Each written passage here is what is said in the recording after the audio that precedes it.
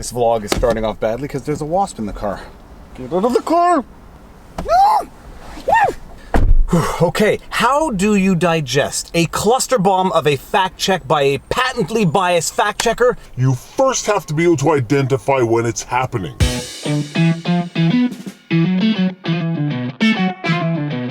Viva Frei, Montreal litigator turned YouTuber, and last night, as of the time of shooting this vlog, was the last of the two presidential debates in the 2020 American presidential election, and I think I can safely say that I speak for a lot of people when I say that a lot of people are ready for this election cycle to be over. And as is always the case, the day after you have your fact checkers checking the facts uttered by the presidential candidates. As is the case more often than not, these fact checkers are not actually fact checking anything, they are fact spinners, and all they do is spin. You have your sites that check one fact at a time, like PolitiFact, and then you have what I call your cluster bombs of fact check, like we're going to review today from the Associated Press. Reading it, I'm thinking to myself, how is any individual supposed to be able to digest a cluster bomb of a biased fact check? And I'm going to give you the tools, I hope, or at the very least walk you through my thought process when reading one of these cluster bombs. Growing up, my father, who is also a lawyer, always reminded me that words are the tools of our trade. Words are important, words have meaning, and words have to be used properly. That being said, words can be used to manipulate, they can be used to elicit emotions, both conscious and subconscious, and reading through this cluster bomb of a fact check, I really became aware of how these words are intended to manipulate, not educate. Damn, that's good. Let's get into the article. 680 News, fact check, falsehoods, fumbles in Trump-Biden debate.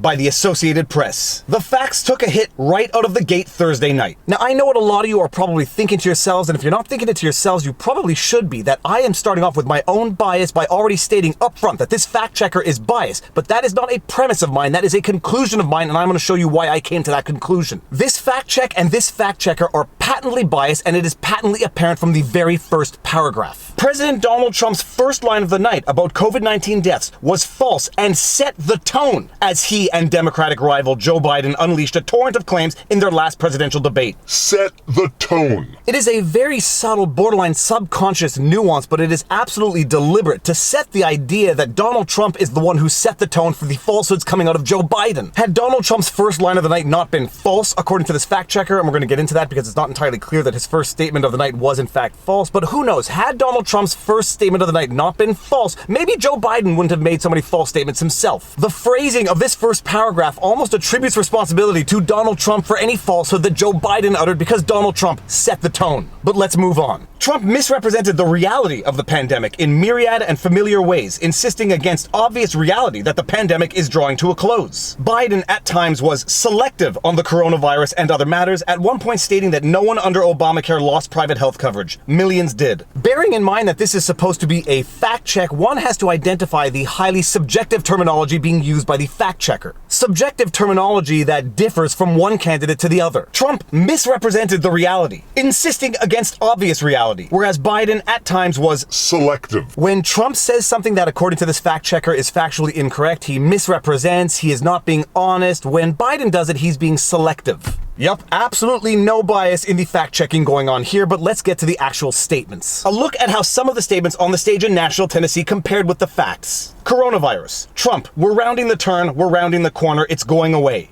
The facts. No, the coronavirus isn't going away. It's coming back. New cases are on the rise toward their summer peak. Deaths have also been increasing. Notice the phraseology of this statement, and it's something that I said in an undumb tweet on Twitter. When someone starts an answer with no and then proceeds to the affirmation, the reason they start with the categorical no is almost to shame you for having asked the question. Like when a parent says, no, your face is not going to stay that way if you make faces, they are trying to shame you for having asked an absurd question in the first place or having made an absurd statement in the first place. They are trying to make you feel as though it was absurd. And then look at the second part of that fact check. It's coming back. New cases are on the rise toward their summer peak. That statement necessarily implies that the numbers are not yet at their summer peak, that they are in fact lower than their summer peak, because they in fact are. According to data through October 21 from Johns Hopkins University, the 7-day rolling average for daily new cases in the US rose over the past 2 weeks from over 42,300 on October 7 to nearly 60,000 on October 21. In that time, the 7-day rolling average for daily new deaths in the US rose from 695 to 757.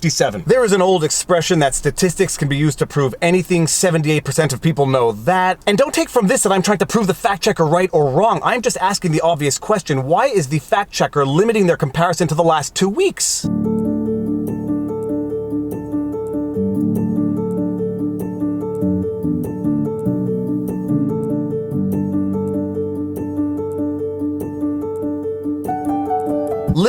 fact check to select points of data is not trying to prove a fact, it is trying to prove a point. And when reading a fact check, you have to look not only at the data and facts the fact checker is presenting, you have to look at the data and facts the fact checker is not presenting. Now it's getting very hot in here. I actually have to turn on the air conditioning.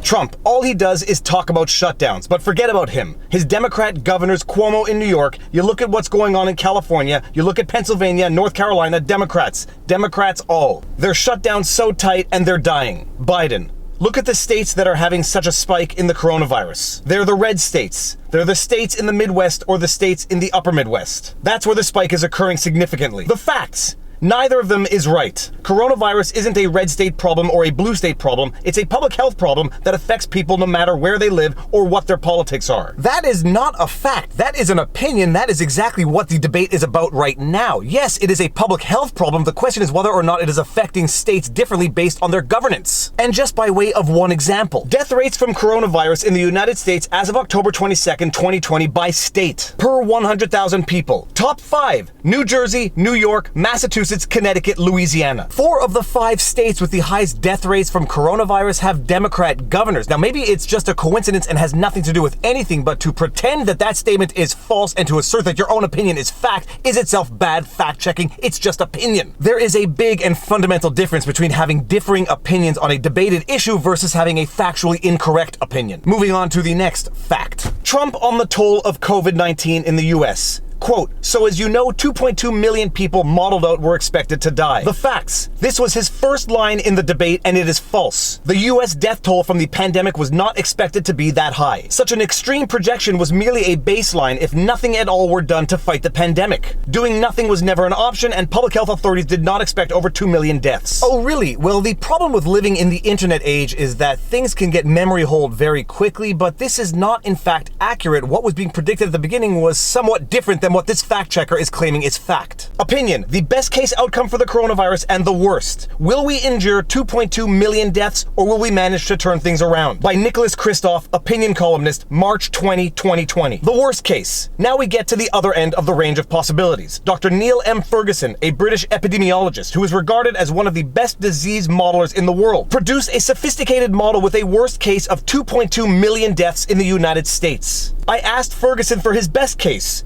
Quote, about 1.1 million deaths, he said. When that's a best case scenario, it's difficult to feel optimistic. Again, a disputed fact is different from a false fact, and it does seem that the Associated Press fact checker might have themselves been wrong on this fact check. Let's see how the fact checker fact checks Joe Biden and the terminology the fact checker uses when fact checking Joe Biden. Healthcare. Biden, quote, not one single person with private insurance would lose their insurance under my plan, nor did they under Obamacare. They did not lose their insurance unless they chose they wanted to go to something else. The facts. He's wrong about Obamacare. Then President Barack Obama promised if you liked your healthcare insurance, you could keep it under his Affordable Care Act, but that's not what happened for some. When Obamacare took effect in 2014, several million people lost individual health insurance plans that no longer met minimum standards established by the law. A backlash forced the White House to offer a workaround, but the political damage was done. Health insurance is such a complicated area that almost any action has the potential for unintended consequences. This is the perfect example in the differential treatment between Joe Biden and Donald Trump. When Donald Trump says something that is factually incorrect, he's setting the tone. He's not being honest. It is factually incorrect. Period, full stop. When Joe Biden is wrong, he's only wrong on a specific issue, and then the fact checker effectively goes on to apologize for Joe Biden, to say that he had no choice. No matter what he did, there would have been a problem. When a fact checker treats their subjects differently, you are not dealing with a fact checker, you are dealing with a bias fact checker. And this fact check is my favorite in terms of illustrating the subjective nature of language and how one can warp it to meet their ends. Climate change. Trump. The Paris Accord meant, quote, we were going to have to spend trillions of dollars. They did a great disservice. They were going to take away our business, end quote. The facts.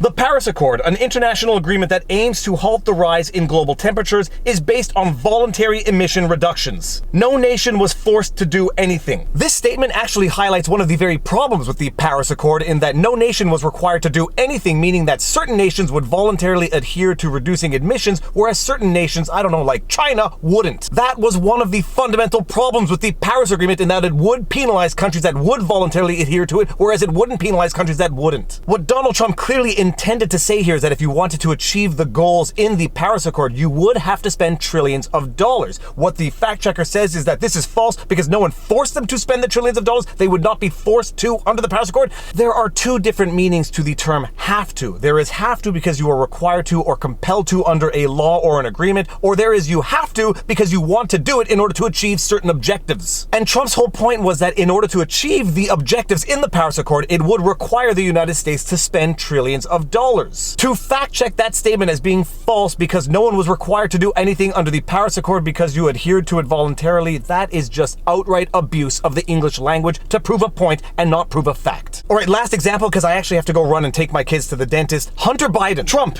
quote, Joe got $3.5 million from Russia, and it came through Putin because he was very friendly with the former mayor of Moscow. And it was the mayor of Moscow's wife. Your family got $3.5 million. Someday you're going to have to explain why, end quote. The facts. There is no evidence of this. Trump is falsely characterizing a recent report by Republican Senator Ron Johnson, who investigated Biden's son, Hunter, and his business dealings in Ukraine. The report did not allege that Joe Biden himself got $3.5 million or that Russia President Vladimir Putin had anything to do with such a payment. Nor does the report allege that Hunter Biden pocketed the money himself. The report said the sum went instead to an investment firm he co-founded. Hunter Biden's lawyer has said in a statement to reporters that his client had no interest in and was not a founder of the firm. Notice the strategic placements of the words himself in order to say that this statement was false. And these technicalities to say that Joe Biden himself didn't get it, that his son Hunter Biden himself didn't get it, it just went into a firm that he co-founded from Russia.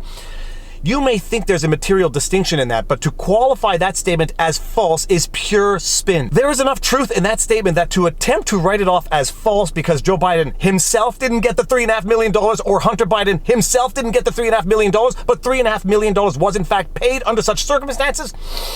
You are abusing of people's patience and goodwill when you try to tell them that that statement is factually incorrect.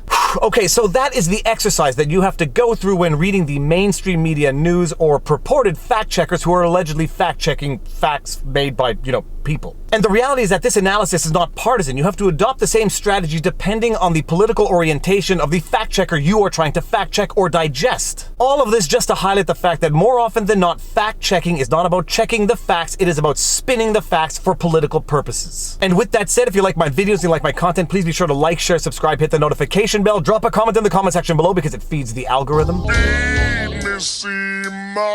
If you want to support the channel, all of the support links are in the pinned comment. We've got PayPal, Patreon, Subscribe Star, YouTube membership. We've got merch. Politics ruins everything, but more important than any of that, take care of yourselves, check in on friends and family, make sure everyone around you is doing well, and now you know your vlog. Peace out.